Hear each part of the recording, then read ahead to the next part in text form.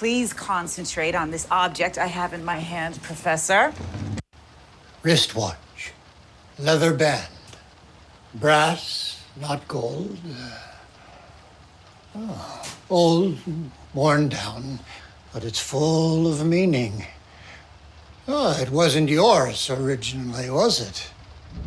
You took it, or you stole it, didn't you? We interrupt this program to bring you a special report. This is Cheapseat Reviews. Sorry, my dog just literally shat on my feet. Like, I go to a haunted house and I am afraid of clowns. If Jiminy Cricket were a boozy mentalist who gets poisoned.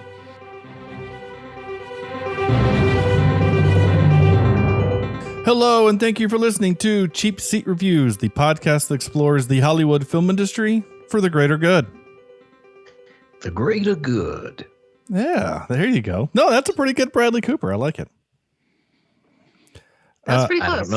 I don't know that that's who I was going for, but thanks. Well, just kind of subtle Southern, I think, is what you're going for, right? Subtle Southern, sure. Yeah. You should have just went with it. No, it was good. I like it. I appreciate that. This is episode 403. 403. I still can't believe it. We made it to 400, honestly. And tonight we're talking about Nightmare Alley. Nightmare Alley, the 2021 Guillermo del Toro. I don't think I said that right, but you didn't. Yeah, his name is hard for me for some reason. Movie from 2021. Like I said, I am Sean Allred, and joining me tonight is Andrew. This movie gives a new meaning to the word geek, Jimison.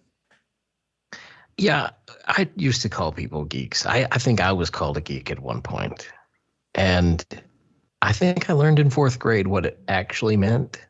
But it wasn't until this viewing that I actually really knew what it meant. Yeah. Like someone said, a geek is someone that bites the head off a chicken.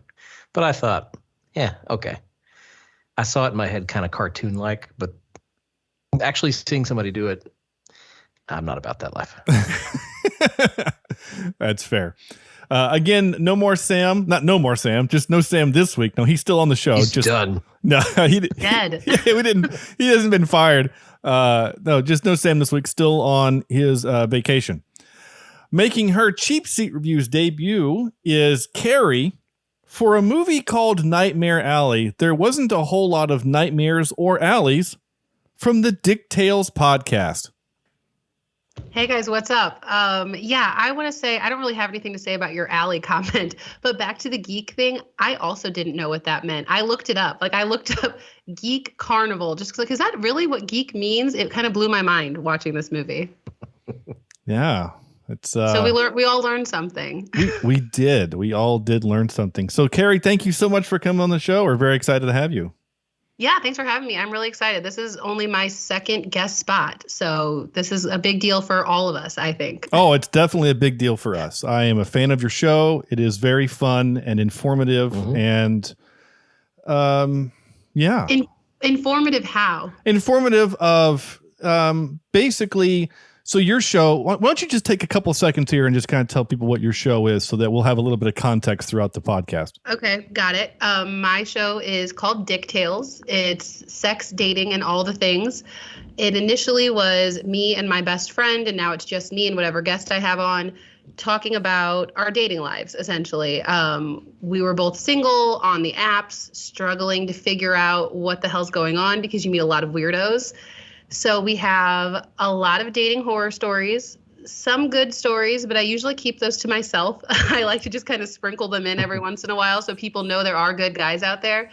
And my favorite part of my show is people tend to send me questions for my Ask Dick Tales segment. You can ask me anything you want about me or my guest, or send me in your weird dating problems. And people want my advice for some reason. So it's a lot of fun. And it's dirty, so don't listen to it with your kids. Yeah, especially not in a car. Andrew learned that the hard way.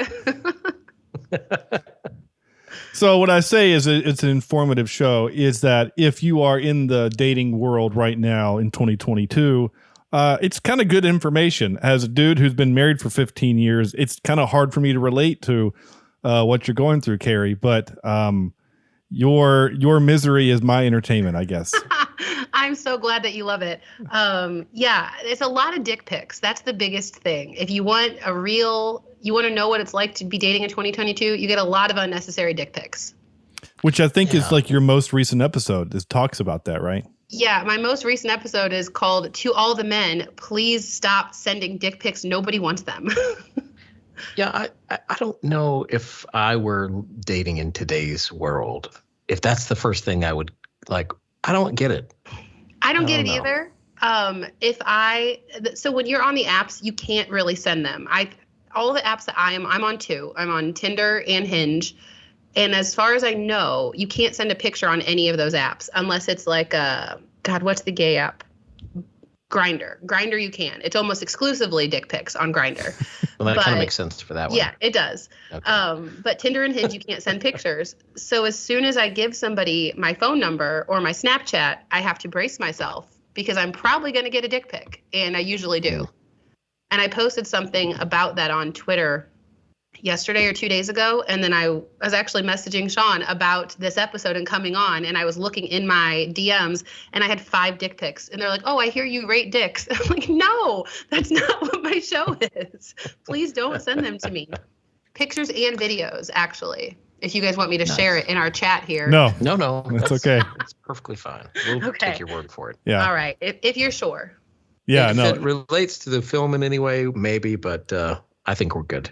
I could probably stretch it. I probably actually have wait. There is one scene that some Carney dick in this movie in the DMs. We'll see. Yeah, well, I mean, speaking of dicks, I guess really there's only one nudity because the beginning of the movie, it says rated R for violence, language, and nudity, and I thought, oh, okay, we're gonna see some stuff, and you get to see, you get a little bit of Bradley Cooper's ween there, but that's about it. When was that? I missed that shot. It's in the bathtub when he is very naked in the bathtub when Toni Collette grabs him, and you can tell that they went method on that. Like she grabbed him. I completely missed that. I think I was multitasking. I know the scene you're talking about, but I'm gonna have to go back and check it out. Sure. Okay. So,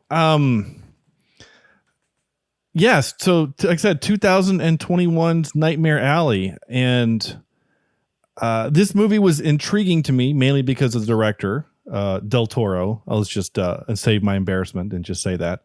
Guillermo is his first name. Yeah, I know. For some reason, that's hard for me to say. Mr. Del Toro. Really good director. I like most of the things that he's directed. So I was really intrigued to see what this movie was and to watch it. And this is not at all what I thought it was going to be. I'm interested to hear your guys' thoughts because I know that this was a first time for all of us. Because I mean, literally, I think it's for some reason I thought this was like a horror film. So did I. And because I think when I was Nightmare 3. Well, I think because when I was doing so what I do is when I asked my guests, hey, would you like to come on? Yes. All right. So what kind of movies? Sorry, my dog just literally shat on my feet. Oh, no. Do you want to pause the show? No, yes. Hang on. Oh, God. Oh. I hope you keep this in. Yeah, I probably will. Oh no. Should we keep talking about the movie or? I don't know. It's your show. What do you want to do? All right. Well, this is what we'll do. Andrew is cleaning up. I think he can actually still hear us. So Andrew, can you hear us? His mic is off. I guess he can't respond. He can't respond. He turned his mic off. Got it. So I'll say this. I think most people know this. I like to kind of give a little inside baseball here is that, when I give movie options to the guest, I always ask, what are some of the genres that you like? And so when I go to just watch, I type in, it gives you categories of genre. So I hit, action, adventure, comedy, horror, whatever. Right. And so you and I were talking, I was like, hey, what's some things you like? You're like, hey, I like thrillers and horror and but you also like 90s comedies and things like that. Yeah. And comedies are kind of hard to do for the podcast sometimes, but we'll do them occasionally. So when I clicked horror, this was one of the movies that popped up. So I thought this was going to be kind of like a horror freak show kind of a thing. And it's not at all that. No, I was expecting like horror thriller, and it's much more of a drama than anything else. I mean, are we talking about the movie, or are we still doing background? We're just I would say I enjoyed it. I enjoyed the movie, yeah, but it wasn't what I expected. Yeah, that's the same for me. And while we still wait for Andrew, so I'm gonna do this. We do the IMDb read. So while Andrew is busy, I will say that this movie, Nightmare Alley, a grifter working his way up from low-ranking carnival worker to lauded psychic medium, matches with wits with a psychiatrist bent on exposing him. And by exposing him, I don't mean like the naked exposing. I mean like somebody else exposed him. Yeah, he did that technically himself. He took his clothes off voluntarily, I think. So. Well, he was in the tub. He was in the tub, and there was Toni Collette. So. Yeah. Why not? I think he liked it. Well, he liked the grab. Yeah, I mean it's Toni Collette. Like, I'm here for it. Right. So Carrie, why don't you give us your 5-word review? Okay, my 5-word review was, it took me by surprise. That's good. Okay. Yeah. So I tend to think that movies are predictable these days. And there were a couple parts of this, like, so I have notes. I'm a nerd. So I sat here and like studied. I'm writing stuff down throughout the movie. And a lot of the time I'm guessing things that are going to happen. When I see it, I'm like, oh, this is what's going to happen. This is what's going to happen. And there were a handful of them that I was right about, but for the most part, I wasn't. And the movie did not go anywhere that I thought it was going to. And I enjoyed that a lot. All right. Yeah, that's cool. So you did say that you liked it. So, kind of go into that. Like, so what are the things that you liked about it or didn't like about it or anything like that? Give me some more there. Again, we're Okay. kind of having to vamp a little bit without Andrew. Can I do a little story time? Of course. Yeah. Oh yeah. You did tease me that you had like a viewing experience. Yes. So it took me 3 times to watch this movie. Andrew, I think, is listening, but maybe doesn't know. On my podcast, there you go. He just gave us a thumbs up. We're sorry, Andrew. On my podcast last weekend, I'm going to do a shameless plug really quick. I handcuffed myself to another friend who has a podcast for 24 hours. And during that 24 hours of handcuffs, we decided to try to watch this movie. I'm like, I have to do this anyway, and that will eat up some time. It's like 2.5 hours long.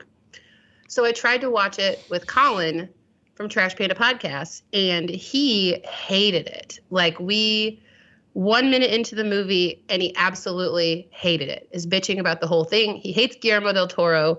He hates period pieces. He thinks it's predictable. Like, he's like throwing out all this stuff the whole time. Or the very first scene. He's like, I guarantee you this is going to be the last scene in the movie too. You know how movies kind of do that? They start out with something dramatic, and then it's one of the end scenes. So he hated it. And so I couldn't even watch it the first time. The first 5 minutes were just a constant bitch. And then I think we made it 20 minutes total until I was like, obviously we can't watch this. So then we watched Nightmare on Elm Street, which I think you watched last week. Like, we just turned that on instead, which was a good switch. And then I tried to watch it again last night. I made it about halfway through and I fell asleep, but that was not because of the movie. It's just because it was 1 o'clock in the morning and I shouldn't have started a 2-hour movie at 11. Sure. Or 2.5 hour movie. And I had to finish it today. So yeah, it was an experience watching this movie, but I liked it. I liked all the actors. I thought they all did a really good job. When you hear the cast, Toni Collette, Willem Dafoe, Bradley Cooper, who's the other chick? Cate Blanchett. Mm-hmm. Like, they're all great. So I was already excited about it. And I don't really like carnivals. So even though this was not a scary movie, I was kind of tense through a lot of it because carnivals and circuses freak me out. So it just kind of kept me on edge, but interested the entire time. Like, it was a little bit of a slow start. The first 2 times I tried to watch it, I was like, well, it kind of starts slow, but as soon as you're in, you're hooked. And then I didn't want to stop watching it. Awesome. Okay. Yeah. What did you think about it? Well, I'll do my 5-word review. Okay. So mine was, so we sometimes cheat on our podcast and say a 5-word review, but sometimes it's 6. Andrew typically ignores this rule. Hey, I went exactly 5. So I know. I feel like I should get some credit for that. And I do appreciate that. I mean, mine can be 5 words if we combine 2 of them into 1 word. So like remove the verbs. well, yeah. So I did Greatest Showman. So if we do Greatest Showman as 1 word because it's a movie title, Greatest Showman meets Wolf of Wall Street. You know, I haven't seen either of those movies. Oh, that will make no sense to you then. But I mean, I know the movies, but I haven't seen either of them. those are both great movies, and they're both very different. And the reason why I mean that is that The Greatest Showman, this movie reminded me of The Greatest Showman in that the main character, Hugh Jackman's character, Barnum Bailey, P.T. Barnum, excuse me, is a kid who grew up in a time, roughly the same time period, honestly. A little before this. I think it's still like the late 1800s going into the 1900s. And he's a kid from nothing, and he falls in love with this girl like really young age and decides that he must make himself something of himself to prove to her parents that he is worthy of her love. And ultimately creates the circus. He's like the inventor of the modern circus and rises to these heights, but it's never enough, and then rises until a thing happens, and then he has to come crashing down, and in the process nearly loses his family.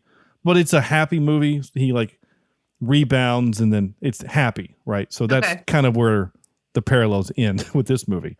And then Wolf of Wall Street's very similar. He's a guy who wants to build an empire, only in this case, in Wolf of Wall Street, he doesn't care who he hurts in the process. He has his group of people, but other outsiders are, tools and pawns and whatever. And in that movie, again, which is real life, he ends badly. It ends badly for him, kind of ultimately. So that's kind of why I said those kind of 2 movies, is that there's some parallels to that. Well, yeah, it sounds like the biggest parallel is that in all 3 of the movies, you have somebody who comes from essentially nothing, who throws themselves completely into whatever their chosen career is, only to lose it all based on greed, really. Yeah. Greed and showmanship. Exactly. Like the not being, satisfied, always trying to get the next score, right? I mean, like there's a moment in the movie where he makes a bunch of money, and if he just walks away, life is fine for him. But he has to push it. He has to push it. And then till ultimately he's killing people, and his wife or, longtime girlfriend leaves him. And then he finds out Cate Blanchett's not really what she thinks, what she seems. And he's getting. Oh man, I loved that scene too. Oh, my she gosh. was, I mean, so I didn't know really how you did your podcast, but I will just say the whole scene with them in the therapist's office, whenever, the first time he goes to meet her before she starts this intense guerrilla warfare therapy thing that she does with him, there's this whole cat and mouse game between the 2 of them, and they both think that they have one up on the other person, and he's looking at her as an equal. And I think that's why he's more honest with her than he ever is with Molly, his wife. Yeah. Because he likes Molly, and he does, he calls her a badass in the movie, or not. Yeah, he calls her a badass, and he says something along the lines of she's stronger than I could ever be, or something like that. Or maybe tougher than he can ever be. But he doesn't respect her in the same way. And he looks at this doctor character, Cate Blanchett's character, as the same kind of master manipulator. But he doesn't realize he got completely played. And I felt a little bad for him, honestly, but I loved it at the same time. Did you see that coming? That was part of what my surprise was. I was not expecting her to double cross him. I wasn't expecting it, but it also didn't surprise me, if that makes sense. It's one of those things where it's like the movie gives you some real subtle hints. Like when he steals the key to her recording device, she hears it. So she knows what he's going to do. And so she also knows that she can use that to her advantage later. So she is always 2 or 3 steps ahead of him. The one thing that I really kind of liked in this movie, and I'd be really interested to hear your opinion, specifically yours. Sorry, Andrew, is that, well, it's Welcome back, Andrew. welcome back, buddy. Hi. Is that most of the women in this movie are like kind of badass women. Yes. Like there's almost no female that is a true victim. Right. Or like a meek character. And I'm not surprised that I loved that. Yeah. That's one of the things I loved about this movie. Specifically, I said like at the end, whenever Molly is finally completely done with Stan's shit and he's trying to like after when they're leaving the car and he's telling her that this is our plan and she just slaps him across the face, turns around, walks away, says nothing. She doesn't say anything. She doesn't listen to what he's saying. That is such a badass move because she's done and she already told him she was done and he doesn't listen. He's always playing the game and he wasn't listening when she said she was done. No. And I'm here for a badass female all the time. Well, and I am too, honestly. And it's also really kind of nice to see, and I know this is a modern movie, right? But it's nice to see a modern movie show women in the 1940s as being powerful and savvy and smart. And I mean, he gets played by kind of every woman in his life, right? Because Toni Collette turns him into what she needed him to be, right? And then what do you mean by that? Well, like I kind of felt like when that whole scene with her in the bathtub and the thing, right? Like she realizes this is a guy I can use, right? That he's attractive. He's got that Southern drawl. I can make money off of this guy. So. Yeah, but I think he very quickly, I think maybe she wanted to, and she wanted to use him sexually too, obviously. Sure. But she really quickly knew that he was not going to be like he couldn't be used and abused by her because he turned the tables. He was into Molly. Right. Well, yeah, he was into Molly, but I guess my point is that like she doesn't become a victim of his. It's not like he turns the tables on her ever. Like she's always kind of in control. The only thing that he can do to hurt her is when he kills her husband.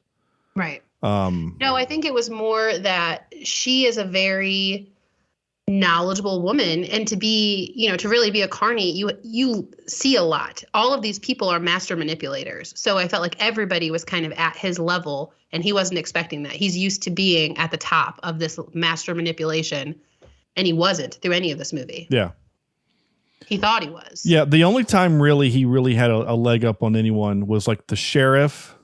And then the dude at the end until the end. I'm being kind of vague there, but again, to the point, I liked that the women in this movie were kind of all badasses and awesome. And it's just kind of refreshing to see a movie like that. So I was actually really glad to see it in this movie and go, hey, I'm really glad, Carrie is going to be on the to see this also, to experience that.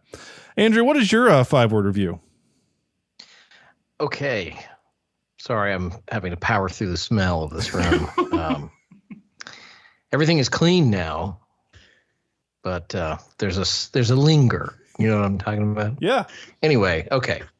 You're a true champion, the whole Bath and Body Works candle is not strong enough. Oh no. All right. Yeah. So I have 2 5-word reviews, and are they? Yeah, they're both 5. If you count one that is hyphenated. I told you, Carrie. A hyphen counts. A hyphen totally counts. Okay. One word. All right. See? Yeah. But usually I don't pay attention to the rule, but I was proud of myself for getting 2 that were 5. So morally bankrupt man. Oh, wait. Yeah. Beautiful film noir. Okay. Yeah. So that's number 1. And then number 2 is a modern Grimm's fairy tale. Oh, I could totally see that. Yeah. Yeah. Yeah, it because does. It's very dark. It's very, very much, a story about one person, the central character who goes through this thing, right? Which is what happens in pretty much every fairy tale, in which we learn a moral lesson. And so that's kind of what happens here. And the first one I said, it's a beautiful film noir. I think that Del Toro did a wonderful job of creating this universe. And, you really feel like you are in the 40s here. Everything that we've seen that is actually from the 40s is black and white. Right. Right. And so to see this world in color and not just be colorized by Discovery Channel or whatever, you might see a History Channel. It's kind of cool. Now I know it's all fake, but it feels like you're in that real world. And I think Del Toro does a great job of creating these worlds in a lot of his movies. I don't think that's something he's bad at. And he is known for his attention to detail. And I think he nailed it in this one. I always say that it's a good movie if it keeps my attention. And sorry, I just kicked my table. And if I'm trying not to put my feet down below me. And this one did. It kept my attention the whole time. I didn't want to do other things. I wanted to know what was going to happen next. And I was sort of halfway listening as I was scrubbing the floor, but I think you guys were talking about maybe a predictability in this, that, you saw something go. Did you mention that? Yes. Yeah. I think there was a little bit at the beginning, there was some predictability. So the whole thing with Pete, as soon as when Pete was in the rain going to buy, trying to convince whoever to sell him more alcohol and doing it all behind Toni Collette's back. I'm bad at character names. But Pete was in the rain and Stan was watching him. He was sneaking around watching him. And immediately I'm like, he's going to kill Pete. I wrote that down right away. He's going to totally kill Pete. And then when later we saw, oh, well, this is the alcohol and here's the poison. I'm like, okay, clearly he's going to poison Pete. Yeah. So there was a little bit of that. But the overall story didn't go where I expected, which I liked. Yeah. It's almost a challenge for me these days. I think movies in general are so predictable. So it's almost a challenge, please surprise me. Please hit me with something different, an original thought. And this is actually a remake, isn't it? Wasn't there was a movie from the 40s? So I would be interested to watch that because I actually like period pieces. But although it's a remake, so I guess it is not an original thought. It was to me. I was not familiar with the story. So it seemed original, and I appreciated that. There was a little bit of allegory that I really enjoyed, which was the when the geek escapes and they go to find him and they go in the funhouse. Yeah. And, it shows greed on the wall, and it shows a mirror of lust, and it shows, all these different things that he is about to just dive head first into. And it's kind of an allegory for the rest of the movie. That he's going into this funhouse.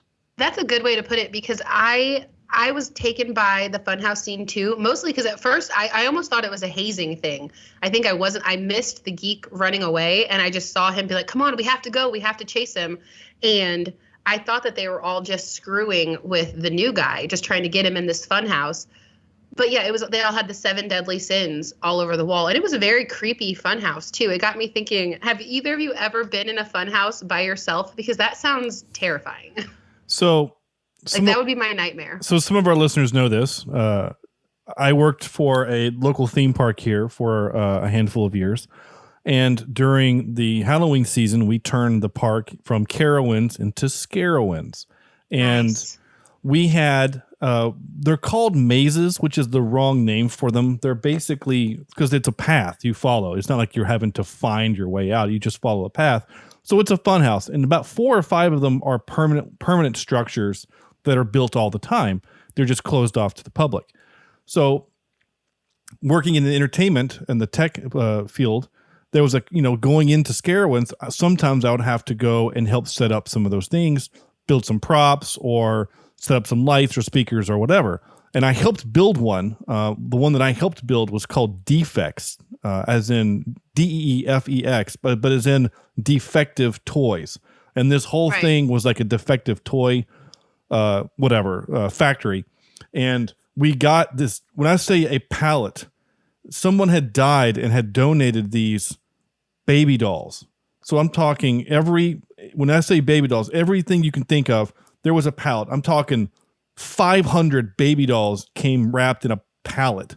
and we had to nail these things to the wall and stick hoses through their faces and mutilate That these in things. itself is creepy. It is really agree. creepy, especially since it was an old man that had these things. It's a little strange. Anyway, Okay.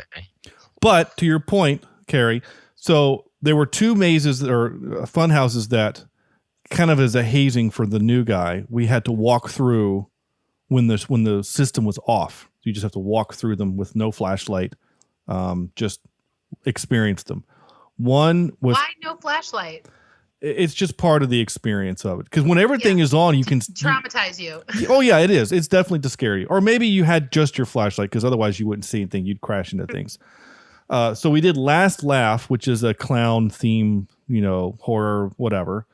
And No, we do that. had scent machines, so it smelled like cotton candy and popcorn in there, which was actually kind of neat.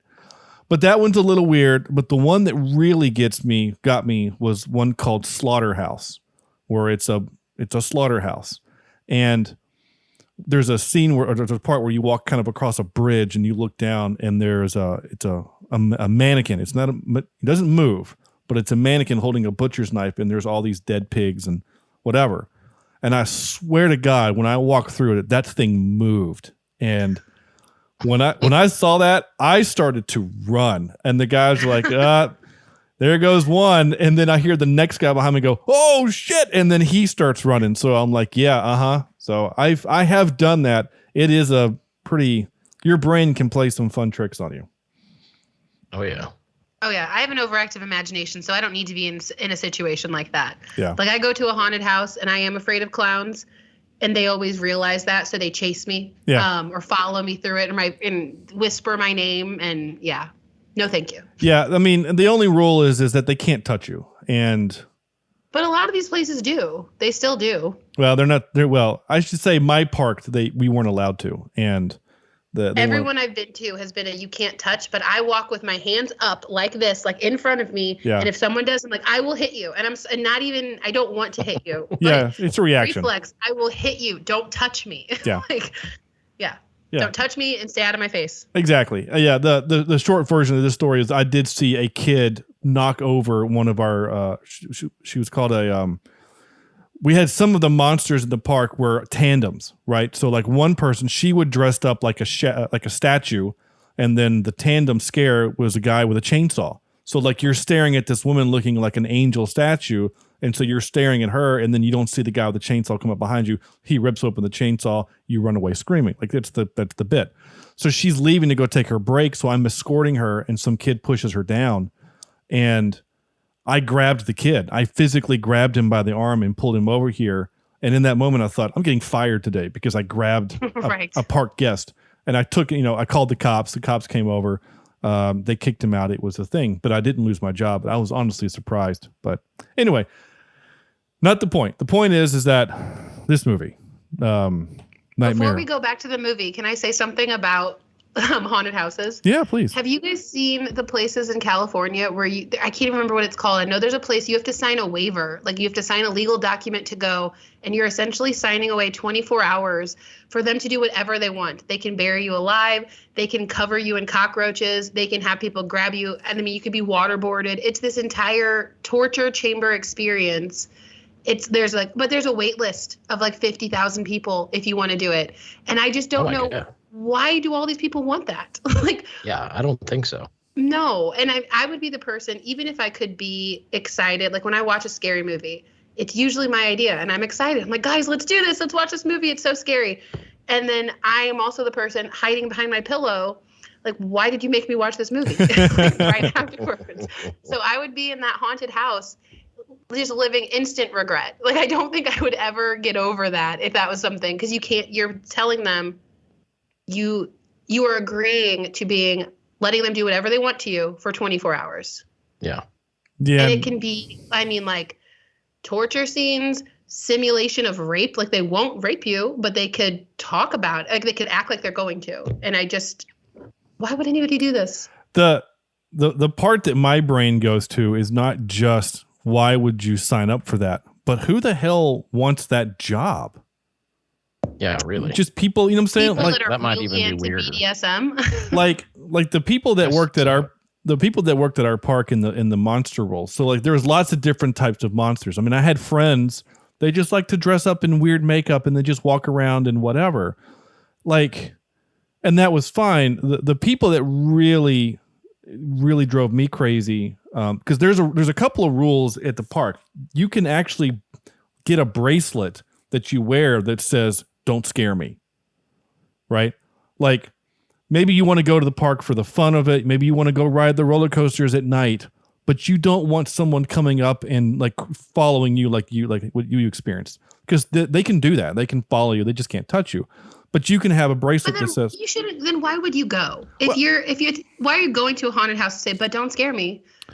Well, I can understand. Don't touch me. Do not touch me, because I won't be held responsible to what I do in return. Sure. But don't scare me. I signed up for that when I came to your haunted house. well, again, it's not just a haunted, it's a theme park, right? So, I mean, if all you want to do is ride the roller coasters at night, then that's the only opportunity to do that is then. So, but there was some group of they're called sliders. So we have parts of the park where it was concrete instead of asphalt, and these guys wore gloves with metal fingertips and then metal elbows pads and metal knee pads and then boots with toe whatever, and they would run and then drop on their hands and knees and slide, and they would spark and then they would jump up in front of you. And it's a really cool effect. And they would just stalk around you and they'd click their fingers, the metal on their fingers. It was really creepy. But one of the guys, he literally screamed in a stroller. Mom should not have brought a child young enough to be in a stroller, right? We're talking like a 2-year-old or younger. And he just screamed at this child. That's the judgment mistake there. Yeah. And he screamed and the child cried. Now I grabbed that employee and pulled him off the side and used a lot of language that I can't use on air, and then told his supervisor and whatever. But like, don't bring your 2-year-old to a theme park that literally says it's rated PG-13. Anyway, back to the movie. Sorry. So you've talked about the cast a little bit. That reminds me when I got kicked out of Temptations, the Gentleman's Club, with my baby Bjorn. What? Sorry. I'm just kidding. I didn't read. Andrew has Can we talk great... about that instead of the movie? I'm sorry, great... Don, I didn't mean to interrupt you. I had a thought and I had to go with it. No, it's fine. It's fine. So Carrie mentioned the cast of this movie. Some of the other great actors in this movie, Richard Jenkins, who plays Ezra, the really rich man at the end. Rooney Mara, who plays Molly. Mary Steenburgen, like, oh my gosh, she shoots her husband in the face. Holy balls, like that scene. And if you know anything that she's done, that's not something you expect out of her. No, that's another thing I said. This movie took me by surprise. I liked that. Yeah. That she took his seemingly, I mean, it was skeezy what he did, pretending like he was talking to their dead son and you'll be connected with him again and all of that. But she took that advice as, honey, I've been thinking about this and how we said we could be reunited with Julian. By the way, you're dead. Now so am I. And it was just such a crazy moment. I loved it. And she had such a smile on her face, that sweet, innocent smile on her face. It was just, oh my gosh, it was creepy. Ron Perlman is in this and he's great. And of course, it just kind of feels like if Del Toro is going to do a movie, Ron Perlman has to show up at some point. Of course. And he's our Star Trek connection for the movie. Pete, we mentioned earlier, it was David Strathairn. I love him. He's great. He's just one of those actors where I've never seen him be not great. And I love his delivery. Like, he is like the conscience of the movie. He's like Jiminy Cricket in this movie. If Jiminy Cricket were a boozy mentalist who gets poisoned. Holt. I think he was in Spiderwick Chronicles, right? That's the only thing I could think of that I saw him in, which is a child's movie, so maybe neither of you have ever seen it. I'm pretty sure that was the same guy.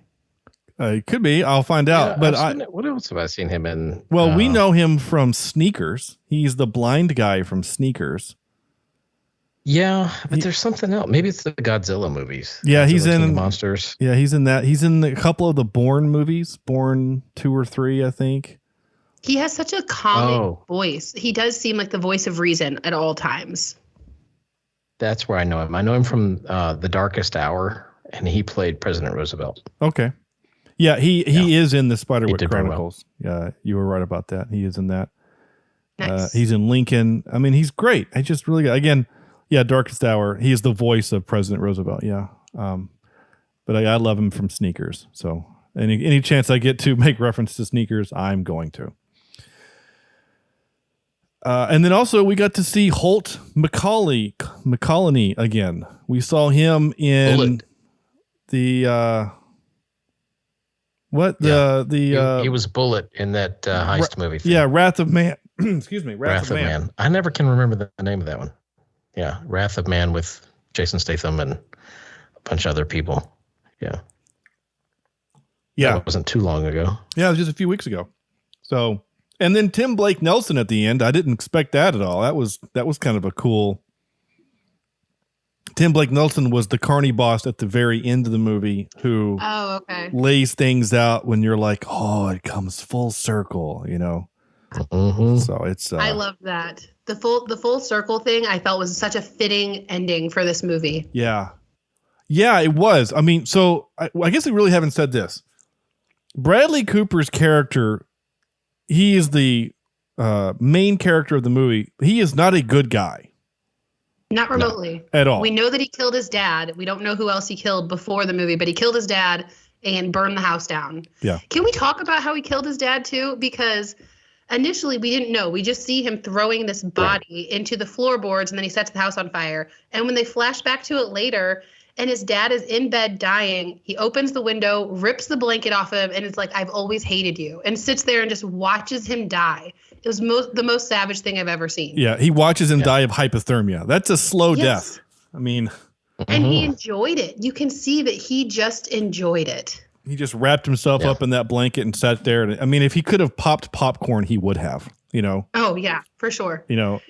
I liked seeing Bradley Cooper as the bad guy. He's played the jerk before. He's been a douche, and you're kind of like, God, you're a creep. But he's never been the villain in a movie I have seen anyway. You guys would probably know better. I don't have the movie podcast. It was unfamiliar for me, and I liked that about him. Yeah. He played the character well.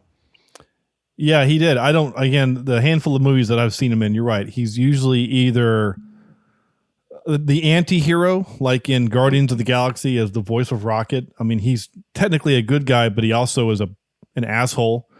And he's kind of an anti-hero in that. But, you know, he's and Silver Linings Playbook again, he's the hero, so to speak. He's also kind of an asshole.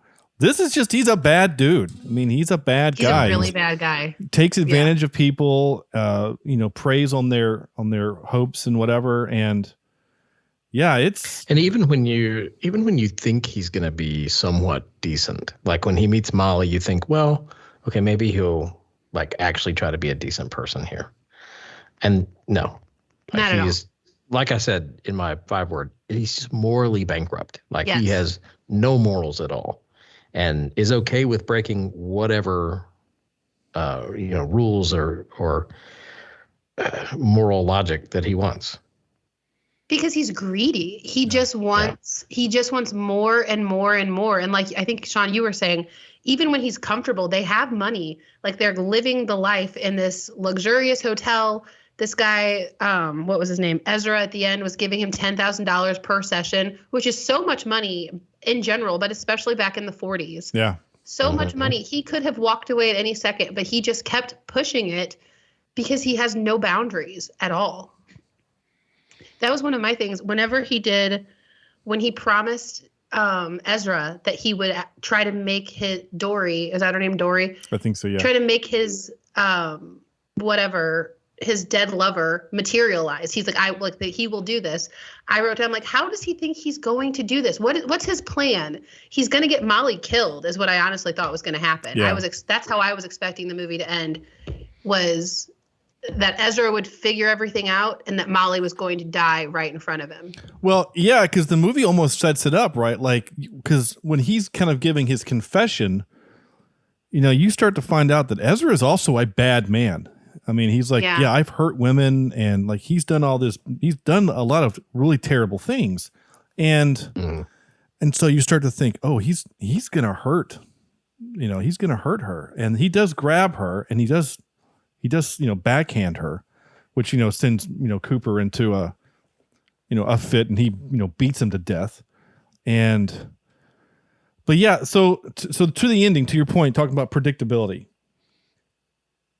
I honestly thought that the way I kind of felt like is in that moment when he eventually gets away from that moment, I thought, okay, he's just going to go on and kind of become the David Strathairn, the Pete character, right? He's going to eventually just go back to being like Carney, whatever, turn into an alcoholic, and eventually, like he'll pass the book on to the next guy. Like I thought that was kind of where we were going with this.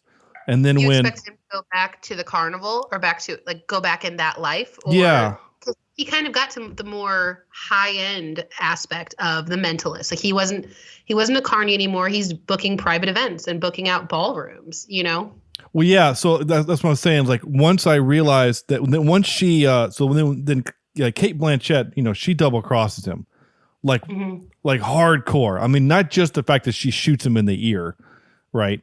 But like, she steals his money. She frames him, basically, using his words against him because she's a respected doctor and he's a guy that came after hours at appointment. So like, there's all these things running against him. And I thought, oh, she's gonna set him up. So that's what made me think like, okay, he'll just go back to being a carny person, and eventually he'll just kind of waste away and be miserable. So when he goes down, like he just keeps falling. Until at the end of the movie, he's sitting in the office of the guy who I just said from that movie, Tim Blake Nelson.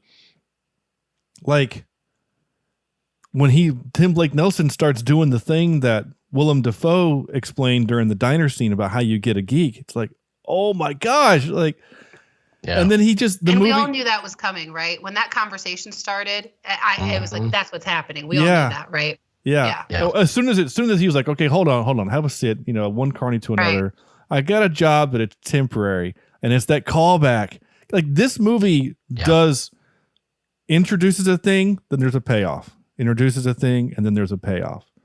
Like throughout the movie. And I really liked that. So Bradley Cooper just ends the movie just laughing, fanatically, saying, I was born to play this geek, it's crazy. Well, and that's an exact opposition to what the other geek was saying. If you heard the geek in the cage at the beginning, he was saying, this is not me. Yeah. Or like, this isn't crying, my name. Or something like that. Right. And then Bradley Cooper at the end of the movie saying, I was born for this. Like, this is what I'm supposed to do. Well, in that moment at the beginning with the geek, that was kind of his only redeeming moment, I felt like, in the whole movie, because when Willem Dafoe was explaining to him, like, I just find a drunk. I find a guy that's completely wasted, and I put a little bit of opium in his drink to make sure he's really messed up, and I just keep feeding him alcohol and can tell him it's temporary. That's what I do. And Bradley Cooper, you could see that he had some compassion for this man. And he even said, he's like, you poor soul, or that poor soul. Like, he heard that story and was horrified by it. And by the end of the movie, he's like, you know what? I'm in. Right. Which was surprising, but also deserved in a way. Like, he's so horrible in the whole movie. You have to feel like he got what he deserved to some extent. Yeah, I mean, like you're right. Even like his moral compass, even as far as the one geek that they drop off at the hospital, they're like, well, let's at least put him under the shelter so that he's not in the rain. Yeah, he couldn't believe they were just going to leave him there. Yeah, and then they go get steak and eggs, and it's fine. So right. Which I could go for some steak and eggs. All right. Anything else? Andrew made the point about if a movie, has him. So one of my little weird rules is that if I take a lot of notes, that usually means I didn't like the movie. I took very few notes because there just wasn't a lot to write about. I was just enthralled in this movie. I mean, here are all of my notes. My first one, Ron Perlman is our Star Trek connection. Number 2, hygiene was clearly not a priority. Number Agreed. 3, I love David Strathairn. 4, I noticed and this happens a lot. So Carrie, you said sometimes you'll write out, like you'll predict whatever. So I will actually write questions to the movie in my notes. And if the movie answers it, I think the movie did a good job. Sometimes so when I go back and capture audio clips for the show, I go back and have to watch some segments. And I missed it on the first viewing when they're still at the carnival and the woman is looking for information about her son. And Toni Collette has to kind of do a cold read, and then she does the whole thing like, do you feel his touch on your shoulder and whatever. Then the scene cuts to her talking to that woman in the rain. And I missed that connection where it physically shows her telling the woman that it's not real. And I somehow missed that on the first viewing, which I thought was kind of neat that it shows that moment. My next note was, oh shit, she shot her husband and herself. That's all my notes. Well, that's it. So, I there was something that I didn't. I mean, I guess I understand because I've been into like Ripley's Believe It or Not and other places like this, but and I guess it's a hot topic right now in our country, but all the fetuses in the jars. In the jars? Oh my God, that was so creepy. And then of course the giant one with the Enoch. So Enoch, sewn up the middle with an eyeball in the middle of his forehead. But that I don't. Maybe in today's society, maybe in today's world, I don't get that. Like, why would you want to see it?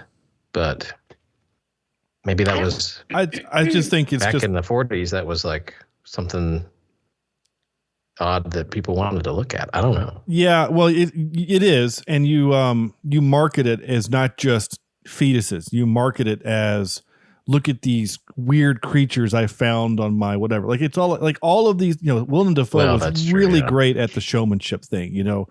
And here's Enoch. He killed his mother, and you give it a story, whether it's real or not, it's irrelevant. You give it a story, which is why people want to pay to see it. They want to be grossed out. They want to feel like they're better than these other people. That's why you watch Jerry Springer, because you want to feel better about yourself.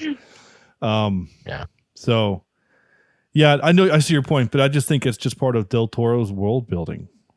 And I think it was the shock factor of that too, because that is to see a fetus or some kind of baby in a jar, that was bad enough. But then to see him, he was like, I wanted the story of why was this kid cut in half? Like, why was he sewn, halfway down his body the whole time? I was so intrigued. So I liked that they threw it back at the end. He showed up again at the new boss's show. But I was hoping for a little bit more story there. I was curious about it. I just think it's interesting that when Cooper sees it, he's like, "Oh, it's Enoch," and he goes, "Oh, I like that Enoch." He's like, "Oh, that's a good story." Okay. Yeah, like he gives him the story to help sell to others. That was interesting. Anything else before I play some clips? I'll just say, as far as notes go, I did take notes because I didn't really know what to expect, and I'm a dork.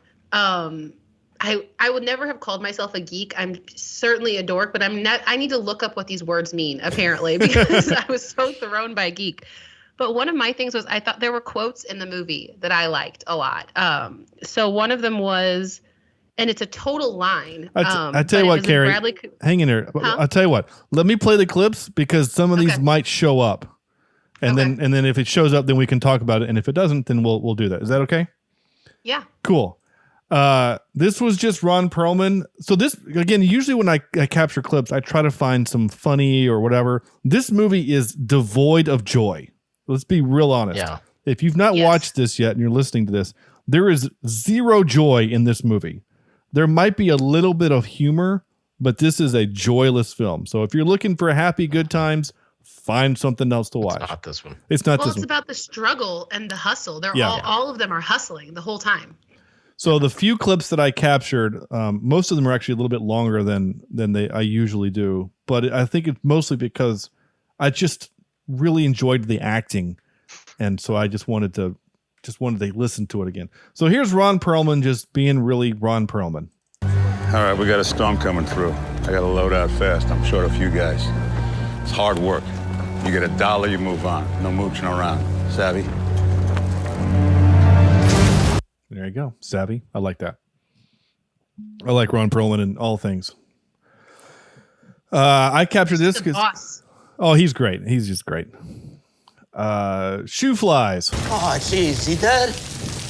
I don't need those shoe flies in here, Clem. Get them out of here. I like that. Shoe flies. I like how there's jargon that the movie gives us, and it doesn't spoon feed us with that. You know what I'm saying? He doesn't say, I don't want no shoe flies. And then Bradley Cooper says, what are shoe flies? Shoe flies are cops. You know, like the movie felt like kind of a peek behind the curtain into a world you wouldn't otherwise know about. Yeah. Like it felt genuine. Exactly. Yeah, and I think that goes to the world building again. Like, yeah, you know, you're in this world and you have these words that you don't know because we've not used them in many years, or they've fallen out of our vernacular, right? So I agree. I'm glad they didn't spoon feed us. Yeah. Yeah, because we find out what that means later when the cops do show up. You see Cooper screaming, "Shoe flies are coming" or something like that. So you're like, oh, yeah, that means cops.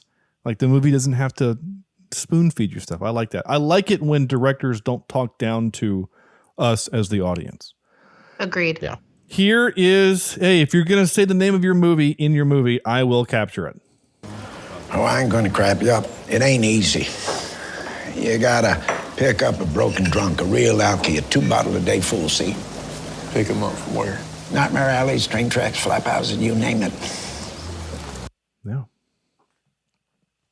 Still wish there would have been more Nightmare Alley in the movie called Nightmare Alley, but maybe it's a metaphor for the movie, I guess.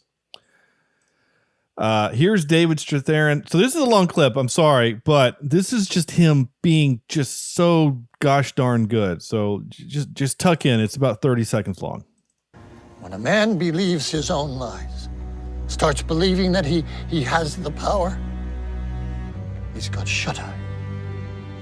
Because now he believes it's all true. And people get hurt. Good God-fearing people.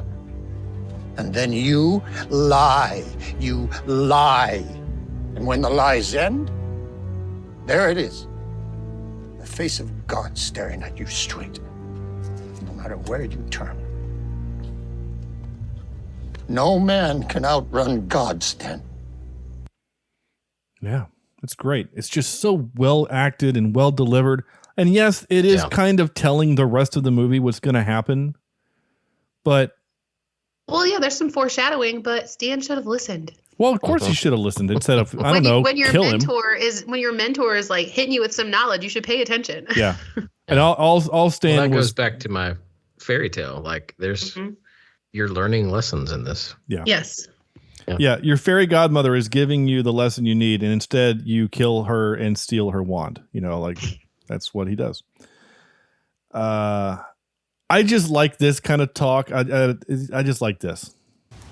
Well, you live alone. No man in the house. Gotta have a gun at home, but you assume yourself to be a lady, so not a big pipe, something small, portable, 22, 25, 4-6 shot maybe. And since you like pretty things, nickel-plated ivory handle. I like that he did that whole thing in one breath. Like you could tell he was losing it at the end, yes. But I liked it. I liked that whole scene, but I liked that particular. I loved that whole scene, and I wrote this down too. They had this like sexual tension and this whole undercurrent of cat mouse game. I know I said that before. I loved that scene. They were really good together. Yeah, they were instant chemistry. But like, I think so much chemistry. I think pretty much any actress worth her salt is going to have great chemistry with him. Because remember, like the Oscars a few years ago when him and Lady Gaga, did that duet on stage. Everyone was like, "Ooh, are they a couple?" Like, no, they're actors. They're acting a part.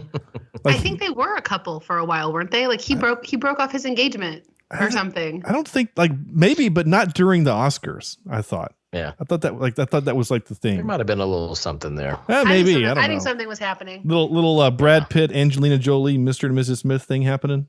Right. Cheat on Jennifer Aniston. Ugh. All right. So this scene I cut because I just like how, again, there's a build up and then a payoff. It's a subtle one, but I liked it. So here we go. Hands up. Turn around. I need your watch and your ring. Manners, friend. What was that? You should say please. Please. Raise your arms, please. There we go. So like he says, please. You should say, please, friend. And then later on, when he's getting ready to get hooked up with the lie detector, the guy just says, raise your arms, please. And I thought, hey, he's learning. He's learning. Like even Cooper, I think, is charismatic enough to get this hardened, muscle man who was probably in World War I, who probably killed a bunch of Germans, like this big grizzled man, got him to say please. I thought that was cool. All right. Now is our game. And this week, our game is sponsored by... Hi, I'm Jessica. I'm Sonia. And I'm Dawn Marie.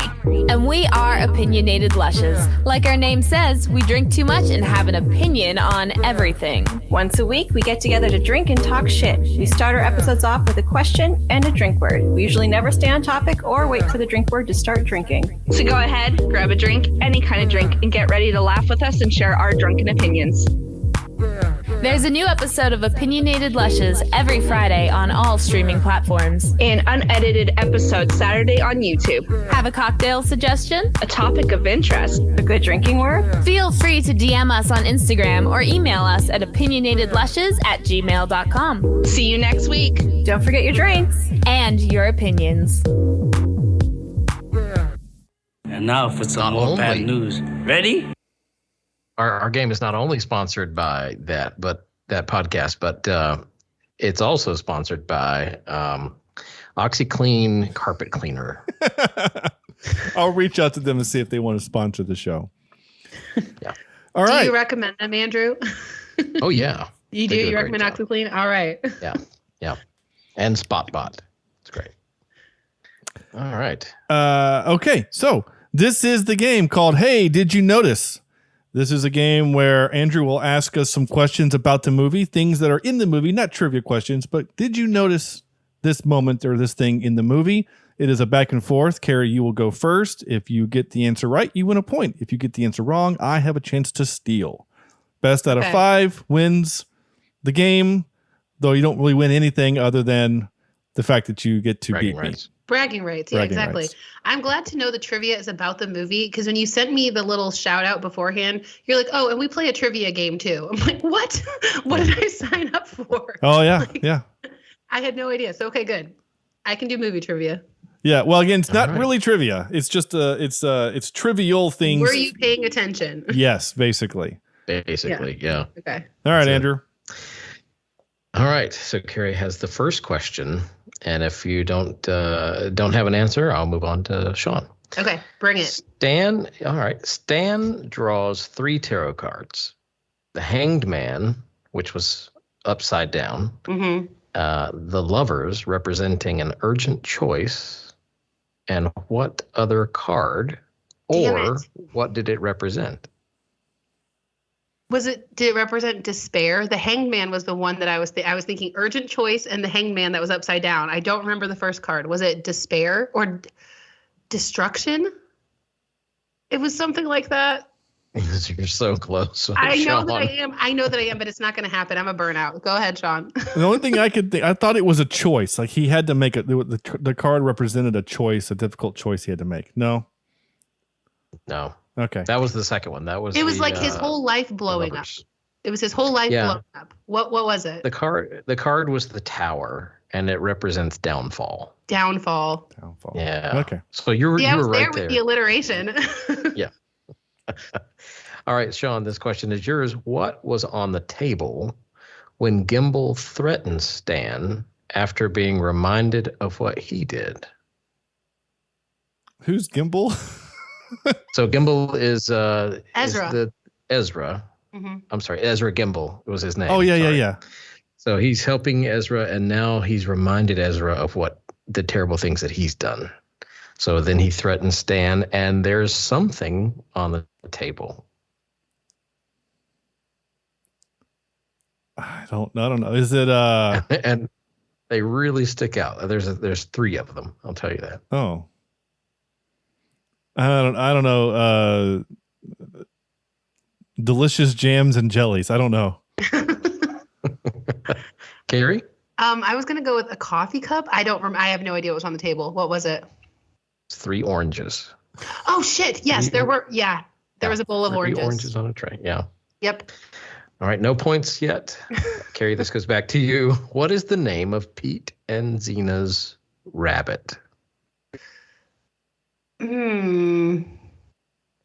They talk to the rabbit and they call him by the name. rabbit was in the hallway. It wasn't Sally. Was it Sally? That's what I'm going with. That's not the answer. That's not the answer. That's No, not the Sean? answer. Oh, I don't know. Carrie. The rabbit's name was George. That's a good name for a rabbit. Yeah. All right, Sean, back to you. Clem talks to Stan as they move the geek to the alley, and he asks if Stan has heard about the guy who has invaded Poland. Of course, he's talking about Adolf Hitler. Who does he say that he looks like, though? Oh, gosh. Charlie Chaplin? Yes, that's right. Oh, good. That's right. That makes sense. Yeah. Yay. All right. Carrie, back to you. You have a This chance is my to tie last it up. chance. Okay, got it. Well, you can tie it here. As Pete is teaching Stan his mentalism secrets, he says that placing your left hand to your temple means you're asking for what? Is that the shape? It's not shape. I know we talked color. I'm going to go with Yes. the number. It was color? Oh, man, I was giving Is the it? wrong answer anyway. That's it. No. That's it. Okay. Yeah, he said basically texture, color, or other specifics. So shapes are included in that, I guess. Okay. Yeah, so you've tied it up. You gave me that one, but thank you. Well, Do you have a tiebreaker? No, I do have a tiebreaker. Okay. All right. And I guess whichever one of you knows this, just say your name. Okay. And the I'm very first one to say your competitive. name. All right, so here we go. What part of Molly's new act does Stan call bullshit? There's one part of her new act after she gets the new chair that he says, oh, that's just bullshit. Oh, Sean. Yes, Sean? It's the spinning thing in the back, the spinning disc in behind. The spinning wheel. Yes, Yeah. that was it. Because the guy asked him, he's like, well, what's with the spinning wheel? He's like, oh, that's just bullshit. Yeah. Yep. So there we are. Well, that was fun. Yay. So Sean, you win. I could have 2-1. done a better showing there. So who wins a prize? Didn't you say like a random listener gets a prize or something? That was what, well, we did my that. dog is currently making it. I will Oh, no. I will bag it up. When we first started doing this game, I tried to do that. And when I reached out to people for the random whatever, they were like, nah, don't worry about it. So we just stopped doing it. So it's just a game for us to play and for people, fair. Okay. listeners to just participate. But I will send you stickers. So there's that. Oh, so I win the prize even though I lost the game? You win the prize as being a guest on the show. You still get to, Perfect. you still get stickers. There you go. Maybe I'll throw Okay. an extra sticker in this time. So All right. you, in your clips, you did not have any of my quotes. Can I give you a couple of my quotes that I liked? Absolutely. Okay, so the first one was the one I said it was a line. Stan says to Molly, he's talking about how the carnival is not good enough for her. Or he says, if it's not good enough for me, it sure ain't good enough for you. Total line. Like he was just laying it on thick with this girl. And it bothers me that she can't see that. Okay, let's see. I liked whenever the sheriff got there and wanted to arrest Molly towards the beginning and like shut everything down. He said, we've got wives and daughters in this town and you're under arrest for indecency because what she was showing her legs, like she had a slight, I mean, it wasn't, yes, it was the 40s or maybe the 30s at that point. I don't know what the time jump was from when they left the carnival to they had this like. It's like 1939 because I think it did say it was 2 like years it was a later. couple years, I think. but they wanted to arrest her for indecency, which just stuck out to me. Well, she also everything going on right now because she's wearing like a bikini top too, so you get to see a little bit of her. It wasn't a bikini, but it was like a lower cut top. It wasn't a bikini, was it? But you More see like her tankini. Yeah, but you still see her belly. You can see part of her belly, and then her midriff. Your midriff, and then her shoulders are exposed. So I mean, fun fact. This movie was filmed during COVID, and they basically filmed the entire ending of the movie, and then COVID shut them down. So they didn't film any of that beginning. So they had to come back and do it. She gave birth during the time that they were away during COVID, and came back and had to do that beginning scene after giving birth, or something like that. I read. Yeah. So she looked great. Oh yeah, she's a hottie with a birth. body. Yeah. She looks fantastic. Okay, I have one or maybe two more quotes. The other one is, I can't believe you guys didn't bring it up. Stan comparing himself to a preacher when he's trying to convince Molly in the last moment to go and like, listen, we have to do this. We have to pretend. You have to dress up like Ezra's dead lover and try to convince him that you are her spirit materializing in front of him. And he said, as far as I can tell, this is what a preacher does every Sunday. Like, I'm just giving him hope. This is what a preacher does every Sunday. The audacity of this man and just how completely full of himself he is, and that everyone lets him get away with it, is mind-blowing to me. Yeah, no, you're right. That was a good one. A good point. And then the last one is partly because it's just something I related to. It was, Stan said this too, sometimes you don't see the line until you've crossed it. I crossed it. I know that now. I did feel like, did you guys believe him in that moment? Like when he's trying to convince Molly to do this and begging her, like, listen, this is our last ditch effort. We have to do this or Ezra's going to kill me, essentially, is kind of what it made it sound like. I still thought that was bullshit. I thought this was going to just be one of many more schemes had it not fallen apart like that. Yeah. Oh, yeah, it was a total, he needed her because he needed her. Like, he didn't need the person that she was to him. He didn't need his wife or lover or whatever. He needed a female that could act the way he needed her to. And she looked the part. She looked close enough to this dead woman that he's like, you have to do this for me, and I'll do anything I can to convince you. Right. But I don't think she was convinced. I think that she wanted to just, she loved him. This was her last gift to him. Like, I will do this with you, and then I'm done.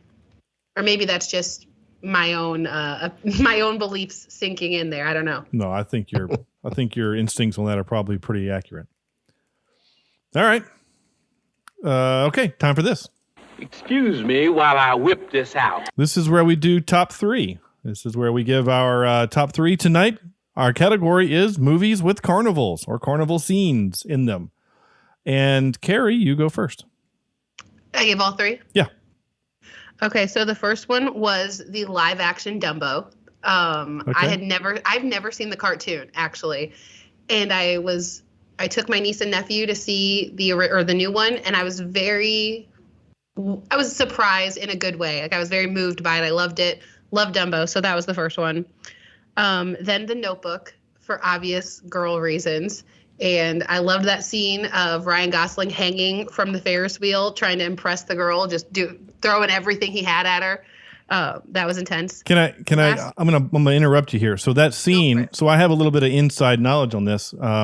You did tell me that you have inside Notebook knowledge. So a friend of mine that was on a show that I worked on, he was the set medic on that. So on that scene, they actually are in the air on a Ferris wheel. They didn't stage that on the ground. They wanted it to feel high, so the actors would whatever. So the obviously the camera crew are on a like a platform, a raised platform. Yeah, like a scaffold. Yeah, and Gosling is he's got a harness that's under his clothes that you can't really see, but he is hanging there.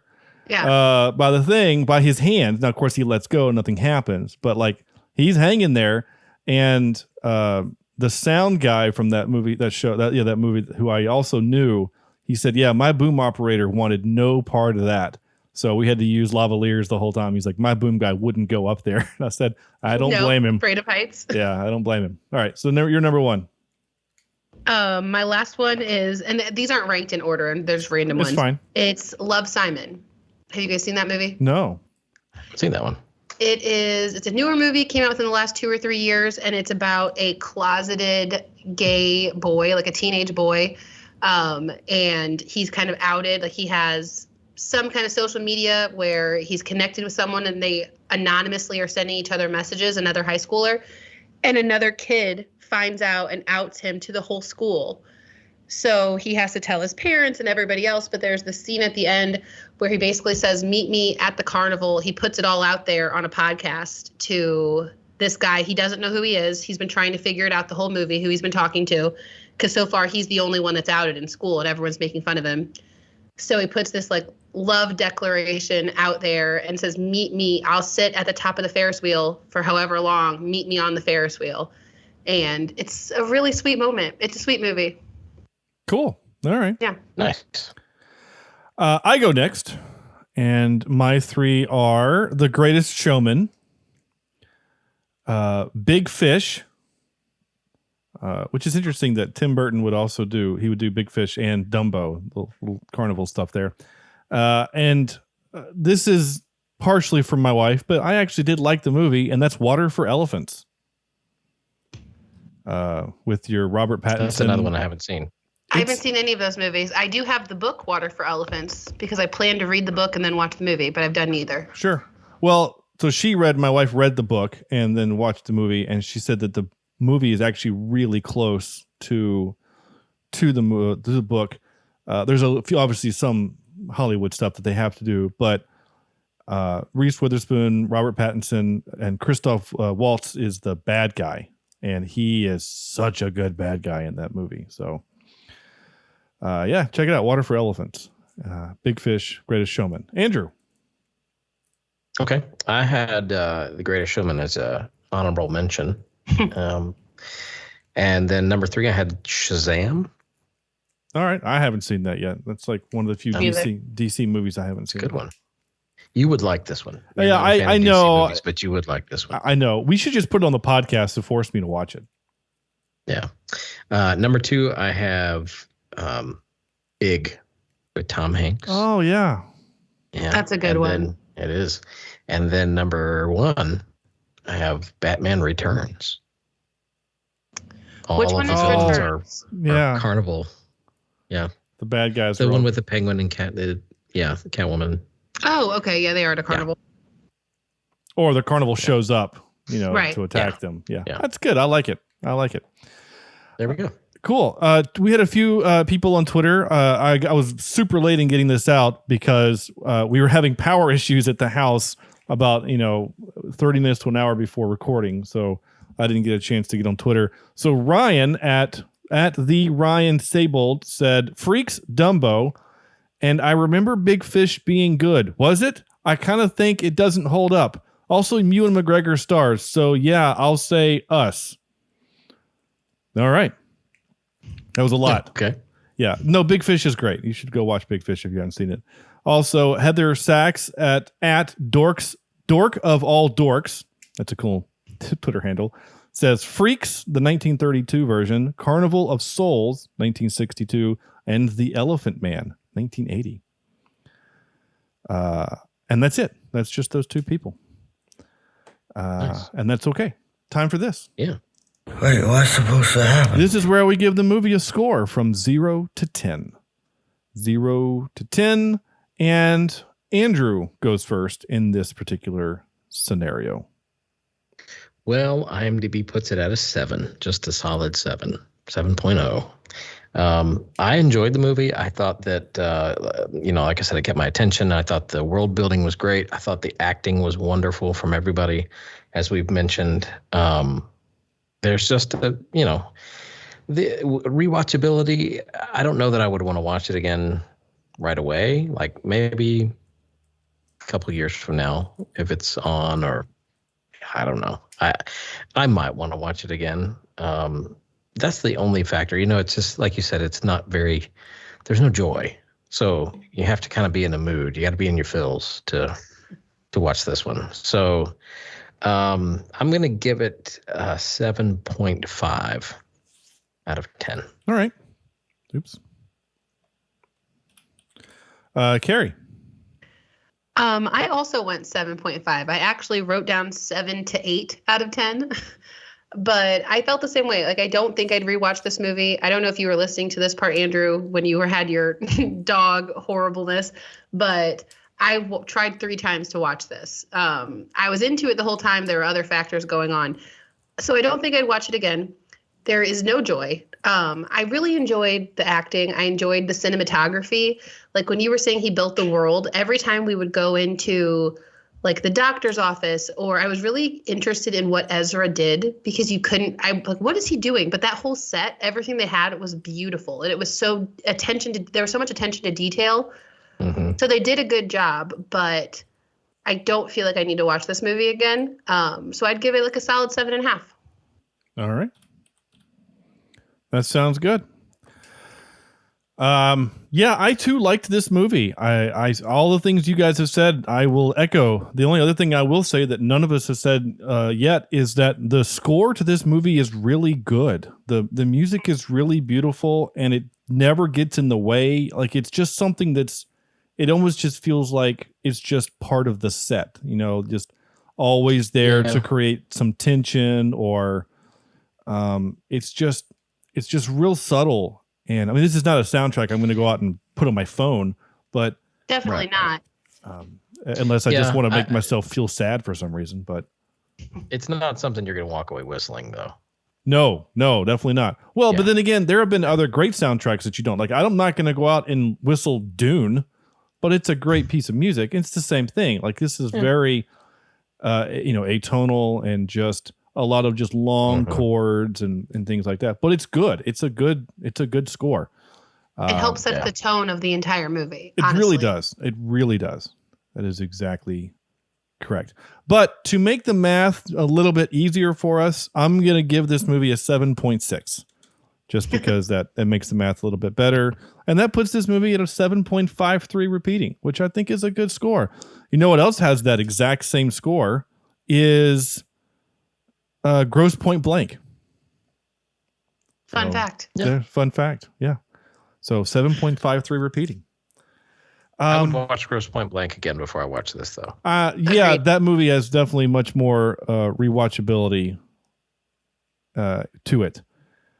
Yeah. Carrie, please tell our listeners once again how they can find your show and what it is that you do and all that stuff. Okay, so you can find my podcast on Spotify, Apple Podcasts, really wherever you listen to your shows. It's called Dick Tales, Sex, Dating, and All the Things. We are telling embarrassing stories. I get my guests to answer questions about their love life or sex life. We answer your burning questions, whether it's your horrible relationship problems. You want to know the last time somebody wet the bed? That was actually asked last night. And the conversation got really deep, actually, deeper than you would expect. So if you want sex, dating, and everything in between, listen to my podcast and follow me on Instagram, Twitter, Snapchat. It is a crazy ride. I can promise you that. Sean regularly messages me outside of my posts and it's like, did this really happen to you? Or like he'll come to slide in the DMs and ask follow-up questions. So I promise it's entertaining. Yeah, I have done that. So you have. Yeah.